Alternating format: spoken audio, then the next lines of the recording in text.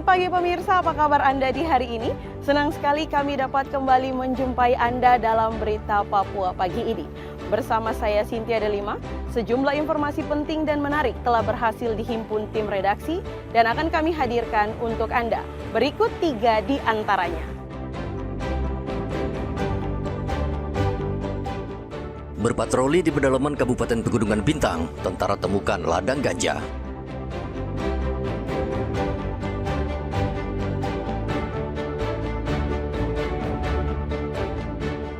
Sekolah di blokade pemilik tanah, ribuan siswa SMA Negeri 3 Merauke terlantar.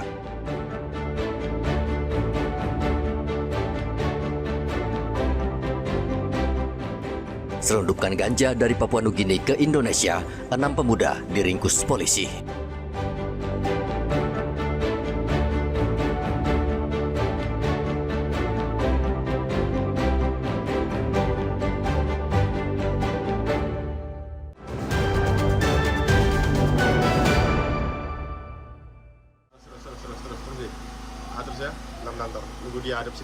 Satuan Tugas Yonif 751 menemukan ladang ganja di Dusun Ngutok, Kampung Kabiding, Kabupaten Pegunungan Bintang pada hari Selasa. Dalam operasi itu petugas menyita 740 batang tanaman ganja yang ditemukan di area hutan terpencil. Operasi tersebut merupakan hasil dari patroli keamanan yang dipimpin langsung Komandan Satgas Yonif 751. Tentara menggunakan pola satuan sektor, yaitu menelusuri sejumlah titik yang diduga menjadi lokasi penanaman ganja yang cukup jauh dari pemukiman. Saat penggerebekan, pemilik ladang ganja diduga sudah melarikan diri. Dan Satgas Yonif 751 Letkol Erwan Harliantoro mengatakan penemuan ini merupakan bukti nyata sinergi antara satuan keamanan dalam menjaga wilayah perbatasan serta memberantas peredaran narkotika. Kami melaksanakan patroli penyergapan kebun ganja milik masyarakat. Di sini kami menghimbau khususnya masyarakat di Kabupaten Pegunungan Bintang agar menghentikan penanaman pohon ganja karena dapat merusak moral generasi anak bangsa kita. Contohnya ini. Nah, ini ketinggian sekitar 1,5 sampai 2 meter, sudah cukup besar. Ini sudah siap panen.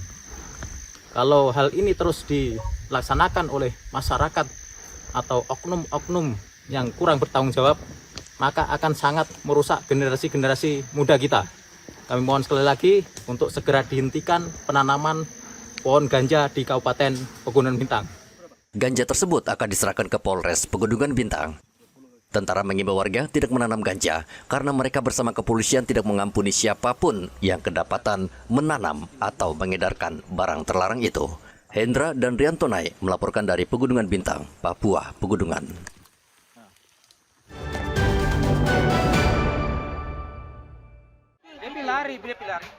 Kecelakaan lalu lintas yang terjadi di Kampung Buti, Kabupaten Merauke beberapa waktu lalu akhirnya memasuki babak baru. Polisi akhirnya menetapkan sopir minibus sebagai tersangka. Ia dianggap bertanggung jawab atas tewasnya seorang ibu dan anaknya dalam kecelakaan lalu lintas. Kecelakaan maut terjadi pada Minggu pagi dan menjadi viral di media sosial. Warga mengecam tersangka karena mengemudikan minibus ugal-ugalan. Dari hasil olah TKP dan keterangan saksi, polisi memastikan tersangka berinisial RM lalai dan mengemudikan kendaraannya melewati batas kecepatan. Jadi kepada tersangka sudah kita perlakukan proses penahanan, ya, sudah terbit SPK-nya. Kemudian kita kenakan pidana di Undang-Undang Lalu Lintas dan Angkutan Jalan, pasal 311 dan pasal 310. Dengan ancaman 6 tahun penjara. Ya. Dan untuk kasusnya saat ini sudah dalam tahap proses penyidikan. Kalau untuk penumpangnya yang 3 orang itu Pak Kapolres kira-kira apakah? Sementara statusnya saksi. Oh, saksi. Ya. Tapi sebenarnya dalam keadaan mabuk ya? Diduga demikian.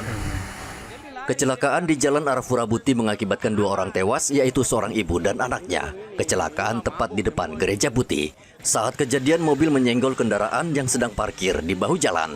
Namun pengemudi terus tancap gas lalu menabrak pagar rumah. Pengemudi yang panik lalu banting setir dan akhirnya menabrak ibu dan anak yang sedang berjalan kaki. Muhammad Ridwan dan Riantonai melaporkan dari Merauke, Papua Selatan.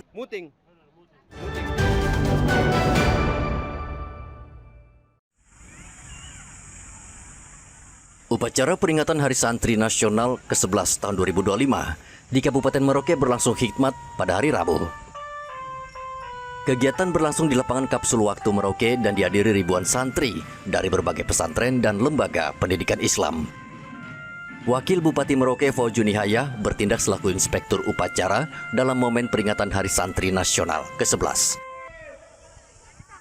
Dalam amanatnya, Wakil Bupati menegaskan santri merupakan bagian penting dalam sejarah perjuangan bangsa, khususnya dalam merebut dan mempertahankan kemerdekaan Indonesia.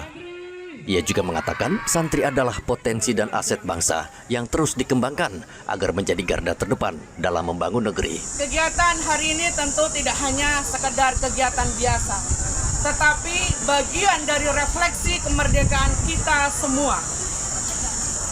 10 tahun Hari Santri diperingati adalah wujud refleksi. Bagaimana santri punya peran yang sangat luar biasa yang saat itu dipelopori oleh Ki Haji Hasyim Asy'ari, pendiri Nahdlatul Ulama. Beliau menggaungkan resolusi jihad yang kemudian memfatwakan bahwa kemerdekaan harus diperjuangkan dan hukumnya wajib.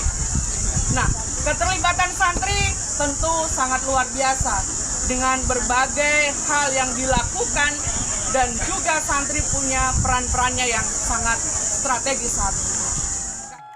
Upacara ini diikuti ribuan santri yang berasal dari berbagai pesantren dan sekolah Islam di wilayah Merauke. Peringatan Hari Santri Nasional tahun ini mengusung semangat meneguhkan peran santri dalam menjaga NKRI serta menumbuhkan nilai-nilai keagamaan dan cinta tanah air. Muhammad Ridwan dan Rian Tonai melaporkan dari Merauke, Papua Selatan.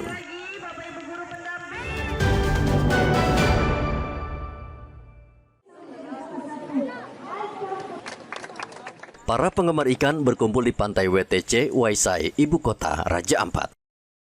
Mereka menikmati ikan segar hasil tangkapan nelayan setempat di Festival Pesona Raja Ampat dan Gemar Makan Ikan yang digelar pada hari Selasa. Untuk memeriahkan festival, 10 ton ikan laut segar hasil tangkapan nelayan lokal dihidangkan dalam acara ini.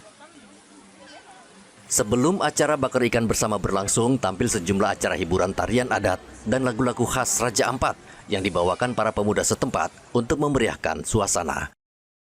Festival ini menarik perhatian wisatawan asing yang kebetulan berkunjung ke kawasan ini. Wakil Gubernur Papua Barat Daya, Ahmad Nausrau, berharap festival bisa mendorong orang untuk gemar menyantap ikan dan mendorong kemajuan pariwisata di Raja Ampat. Produk ikan ini, Papua Barat Daya ini bisa dijadikan sebagai menu utama untuk seluruh SPPG, dapur-dapur yang melayani semua kelompok penerima manfaat ini, baik anak sekolah, ibu hamil, balita stunting, dan seterusnya. Selain menyantap ikan bersama, festival ini mendorong UMKM lokal berkembang dan maju, khususnya UMKM yang memproduksi makanan olahan ikan, rajutan noken, hingga kerajinan tangan. Topan dan Rian Tonai melaporkan dari Raja Ampat, Papua Barat Daya.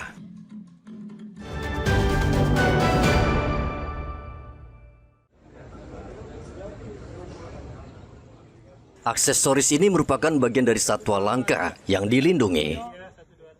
Barang-barang ini menjadi bisnis menguntungkan hingga ratusan juta rupiah. Salah satunya adalah aksesoris dari burung langka mahkota cendrawasih yang hanya ada di tanah Papua. Mahkota cendrawasih dan berbagai aksesoris khas Papua ini sengaja dibakar oleh petugas Balai Besar Konservasi Sumber Daya Alam Papua di depan kantor BBKSDA Papua, Abepura, Kota Jayapura.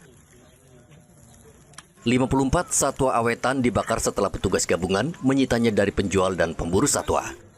Selama 3 hari, BBKSDA Papua melaksanakan operasi dan menyita barang terlarang tersebut dari pedagang di wilayah Kota Jayapura dengan melibatkan puluhan personel, termasuk Polri dan TNI. Pertama memang ada ketentuan hukumnya, ya, jadi ada peraturan Menteri dan Turunnya tadi nomor 26 tahun 2017. Ya, jadi untuk barang-barang bukti itu dimusnahkan. Untuk transparansi kita itu tidak kita ambil, kita perjualbelikan lagi kan begitu ya. Nah, untuk yang hidup dilepas liarkan, itu ketentuannya. Dan setiap tahapan seperti tahapan yang hari ini kita undang semua unsur-unsur yang terlibat. Selain burung cendrawasih, petugas menemukan sejumlah aksesoris yang terbuat dari bulu dan bagian tubuh kasuari dan kuskus tutul hitam. Dari tanah Papua, tapi sayang sekali kalau selanjutnya diburu kemudian dijual. Masyarakat yang memang sekiranya belum paham, sekarang kan banyak akses yang bisa dijangkau, contohnya di media sosial, di internet, bahwa ya dalam aturan memang itu dilarang, sehingga kita bersama-sama dengan teman-teman dari BKSDA, ya langkah selanjutnya mungkin melakukan penegakan hukum. BBKSDA Papua akan terus menggelar operasi untuk memberantas penjualan aksesoris atau satwa langka yang diawetkan tersebut. BKSDA meminta masyarakat tidak membeli satwa langka yang sudah diawetkan atau masih hidup, termasuk produk aksesoris, agar satwa endemik Papua tetap terjaga dan lestari.